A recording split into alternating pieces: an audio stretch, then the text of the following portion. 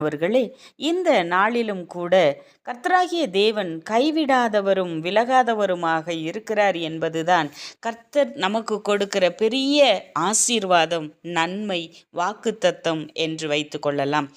இந்த காலகட்டத்திலே மனிதர்கள் நம்மை விட்டு விலகி போகலாம், நம்முடைய உறவுகள் கூட நம்மை கைவிடலாம், உறவுகள் சூழ்நிலைகள் மாறும்போது மாறி போகலாம். ஆனால் நம்மை தனிமையாக்கி நாம் அழும்போது நம்மை விட்டு விலகி போகிற அந்த உறவுகள் நமக்கு பல வேளைகளிலே வாக்கு கொடுத்திருப்பார்கள். நான் எப்போதும் உன் கூடவே இருப்பேன், உன் கஷ்டத்திலே நான் உதவுவேன் என்றெல்லாம் சொல்லி இருக்கலாம். ஆனால் இன்றைக்கு அவர்கள் உங்களோடு இருக்கிறார்களா? அவர்கள் உங்களோடு கூட இருப்பதினாலே நீங்கள் சமாதான சந்தோஷத்தோடு இருக்கிறீர்களா? ஆனால் இன்றைக்கு கர்த்தர் சொல்லுகிறார், நான் உன்னை விட்டு விலகுவதும் இல்லை, உன்னை கைவிடுவதும் இல்லை என்று சொல்லுகிறார்.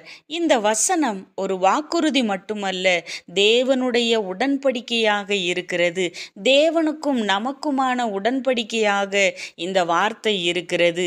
எப்படி ஒரு கணவன் மனைவிக்குள்ளாக உடன்படிக்கை ஏற்பட்டு தங்களுடைய ஜீவித காலம் முழுவதும் ஒருவரோடு ஒருவர் பிரியாமல் இருக்க வேண்டுமோ, அதை விட அதிகமான உன்னதமான உடன்படிக்கையாக தேவனுக்கும் மனிதனுக்குமான உடன்படிக்கை, நான் உன்னை விட்டு விலகுவதும் இல்லை, உன்னை கைவிடுவதும் இல்லை என்று கர்த்தராகிய இயேசு கிறிஸ்து என்னையும் உங்களையும் பார்த்து சொல்லுகிறார். புதிய உடன்படிக்கை என்பதை மறந்து போகாதீர்கள். சோதனை வரும், மனிதர்கள் விலகுவார்கள், ஆனால் கர்த்தர் நம்மை விட்டு விலக மாட்டார். கர்த்தர் நிலையற்ற சூழ்நிலையிலும் நிலையானவர் என்பதை நாம் புரிந்து கொள்ள வேண்டும்.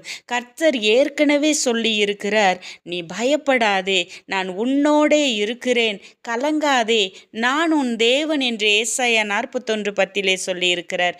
இன்றைக்கு நீங்கள் தனிமையில் இருக்கலாம், கண்ணீரோடு இருக்கலாம், யாருமே இல்லை என்ற சொல்லிலும் நிலையிலும் இருக்கலாம்.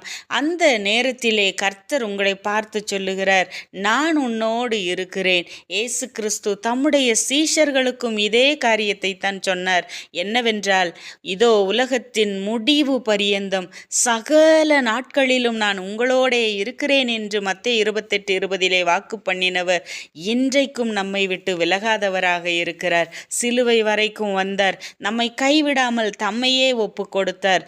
ஜீவனுள்ளவராக 3ஆம் நாள் உயிரோடு எழுந்து இன்றைக்கும் அவர் ஜீவித்து கொண்டிருக்கிறார்.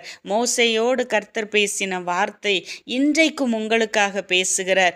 கர்த்தர் உங்களோடும் பேசுவார், உங்களை விட்டு விலகாமல் உங்களை கைவிடாமலும் இருப்பார். இன்றைக்கு கர்த்தர் நம்மை பார்த்து சொல்லுகிறார், நீ தனியாக இல்லை என் மகனே, என் மகள்.